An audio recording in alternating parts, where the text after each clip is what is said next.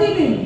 समतल दर्पण में जो प्रतिबिंब बनेगा उस प्रतिबिंब का जो विशेषताएं होती हैं उसके बारे में आज हमारी टॉपिक है। आज हमारी टॉपिक क्या है? समतल दर्पण में बनने वाले प्रतिबिंब के विशेषताओं के बारे में जानेंगे। क्या बोलेंगे आज? क्या पढ़ाई हो रही है? समतल दर्पण में बने प्रतिबिंब की विशेषता। समतल दर्पण में जो प्रतिबिंब बनता है उस प्रतिबिंब के विशेषताओं के बारे में आज हम जानेंगे। मान लो सपोज दैट यह क्या है? एक बॉल है, ठीक है। सपोज दैट ये क्या है? बॉल है। तो यह कौन सी किरण है? आपतित किरण। आपतित किरण। यह कौन सी किरण है? आपतित किरण। आपतित किरण। आपतित किरण है। यह क्या है? तो वस्तु का सतह। वस्तु में क्या लिया गया है? दर्पण। दर्पण में कौन सा दर्पण? समतल दर्पण। समतल दर्पण का ये वाला हिस्सा हो गया परावर्तित सतह और यह वाला हो गया रंजित सतह यानी कि पॉलिश्ड सरफेस। पॉलिश्ड सरफेस को हमेशा हम ऐसे लाइन से दर्शाते हैं। जिस तरफ लाइन है उस तरफ रंजित है, पॉलिश्ड है, और जिस तरफ ऐसी लाइन नहीं ड्रॉ की गई है, एकदम प्लेन है, वो हो गई हमारी परावर्तित सतह। ये दोनों प्रकाश की किरणें ये क्या हो रही है? ये प्रकाश की किरणें आ रही है। तो ये कैसी किरणें हो गई? आपतित किरण। कैसी किरण हो गई? आपतित किरण। वस्तु के सतह से टकराने के बाद ये वापस चली गई।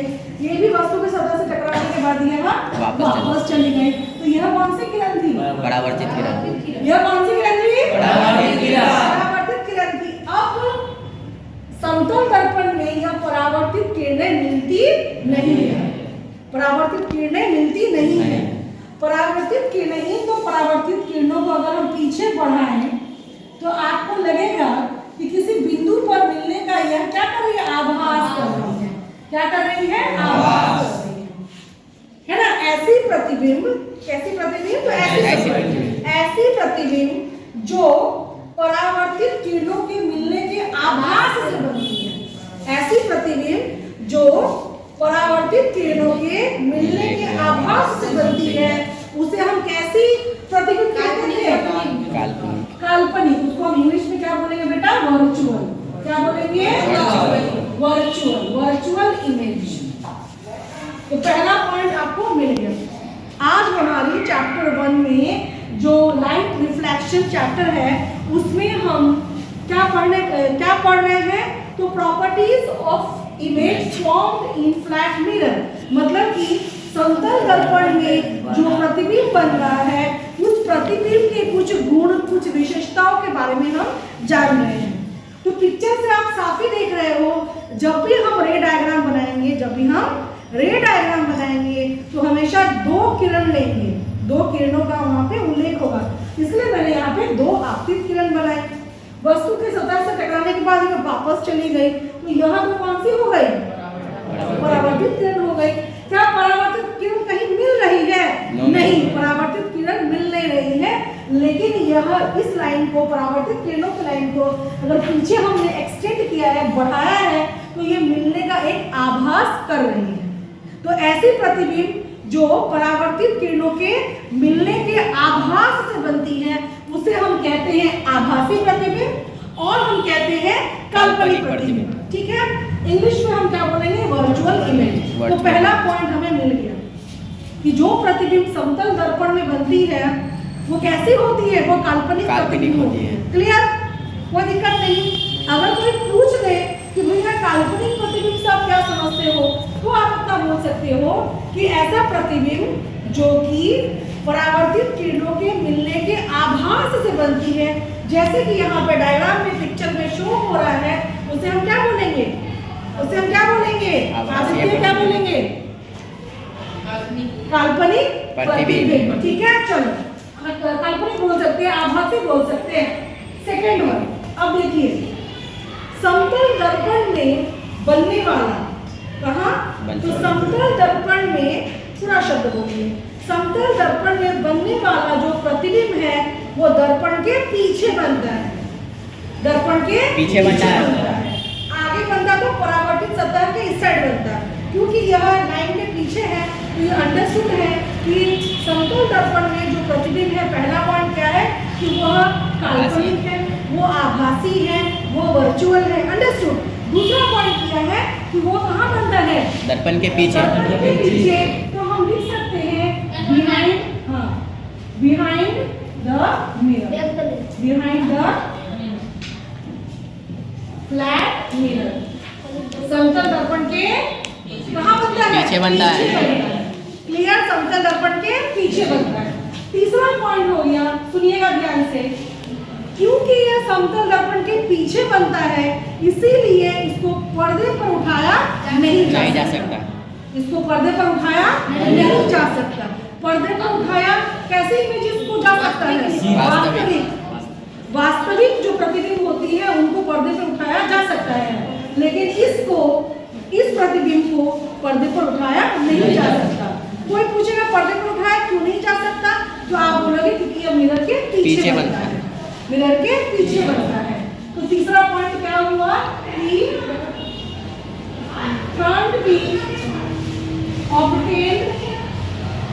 can't be obtained on screen, मतलब कि पर्दे पर इसको उठाया नहीं जा सकता। पहला पॉइंट क्या था कि ऐसे प्रतिबिंब जो समतल दर्पण में बनते हैं वो कैसे होंगे? काल्पनिक होंगे। दूसरा क्या होगा कि वह दर्पण के पीछे बनेगा। तीसरा क्या होगा कि इसको पर्दा पर नहीं उतारा जा सकता, पर्दे पर उठाया या उठाया नहीं जा सकता। चौथा पॉइंट देखिए, यह हमेशा इरेक्ट रहता है, सीधा। कैसा रहता है? सीधा। इसको मैं समझा दूं, आप जब आईना देखते हो ना, आप जब आईना देखते हो तो आपका सर जहाँ है उसका भी सर ऊपर है। अगर आपके हाथ नीचे है तो आपके प्रतिबिंब का हाथ भी नीचे रहता है। इसका मतलब कि यह इमेज कैसा है? सीधा है। यह इमेज कैसा है? सीधा है। सीधा को हम यहाँ बोलेंगे इरेक्ट। एक चीज और हमेशा याद रखिएगा, जब भी कोई इमेज, जब भी कोई प्रतिबिंब काल्पनिक होता है तो वो हमेशा सीधा ही होता है। कोई भी प्रतिबिंब अगर काल्पनिक बन रहा है तो वो कैसा होगा? सीधा ही बनेगा। ये रूल है, ठीक है। अब चलिए पांचवा पॉइंट देखते हैं कि यह लैटरली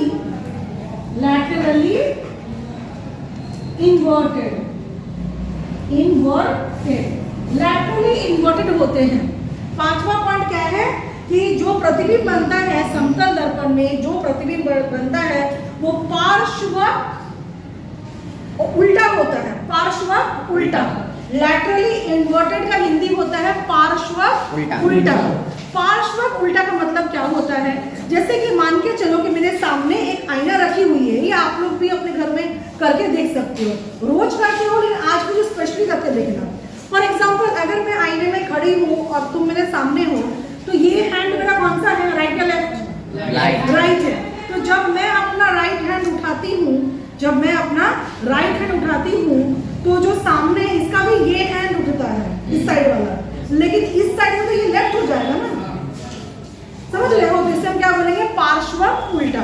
अगर मैं अपने ये गाल, अगर मैं अपने ये चिक्स स्क्रैच करती हूँ तो ये कौन से चिक्स है? मेरे लेफ्ट है ना, लेफ्ट वाले हैं।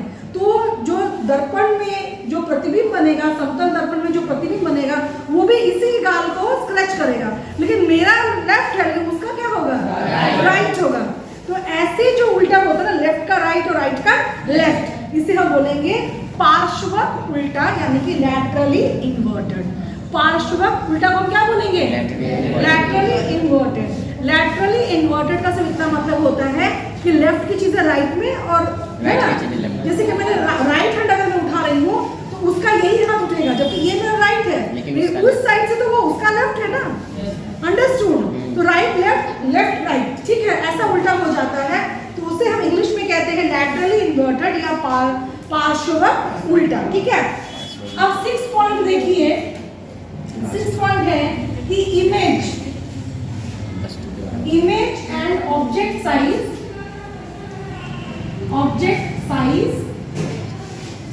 सेम। इमेज और ऑब्जेक्ट का जो साइज है, यह क्या हो गया? वस्तु हो गया, ऑब्जेक्ट हो गया। यह क्या हो गया? प्रतिबिंब हो गया, इमेज हो गया। ये दोनों का, वस्तु और प्रतिबिंब दोनों का जो आकार होगा वह क्या होगा? सेम होगा। वह क्या होगा? सेम होगा। समतल दर्पण में जो प्रतिबिंब बनता है वो तो हम थोड़ा शॉर्टकट में लिखवाए हैं, आपको पूरे सेंटेंस में बोलना है कि समतल दर्पण में जो प्रतिबिंब बनता है उसका आकार, उसका साइज ऑब्जेक्ट के साइज के बराबर होता है। बराबर होता है, ऑब्जेक्ट के साइज के बराबर होता है। ठीक है, 1 2 3 4 5 6 और 7। और आखिरी पॉइंट जो है कि देखिए ये आपकी मिरर है, ये आपकी मिरर है। मिरर से ऑब्जेक्ट का जो डिस्टेंस है, सुनिएगा, मिरर से ऑब्जेक्ट का जो डिस्टेंस है और मिरर से इमेज का जो डिस्टेंस है, यहाँ मैं लिख दूं ऑब्जेक्ट वस्तु, ठीक है, और यहाँ मैं लिख दूं इमेज, यानी कि हिंदी में प्रतिबिंब। ठीक है, मिरर से ऑब्जेक्ट की जो दूरी है, मिरर से इमेज की जो दूरी है वो क्या होती है? बराबर होती है, सेम होती है। जैसे कि मिरर से, ये मिरर है ना, मिरर से मैं बोल रही हूँ, मिरर से ऑब्जेक्ट की दूरी अगर 2 मीटर है तो मिरर से इमेज की दूरी भी 2 मीटर होगी। 2 मीटर होगी। क्लियर? एक क्वेश्चन मैं आपको देती हूँ, पहले आप ये चीज समझ लीजिए। जैसे मैंने कहा मिरर से वस्तु की दूरी, मिरर से इमेज की दूरी क्या होगी? बराबर होगी। इसको मैं लिख देती हूँ,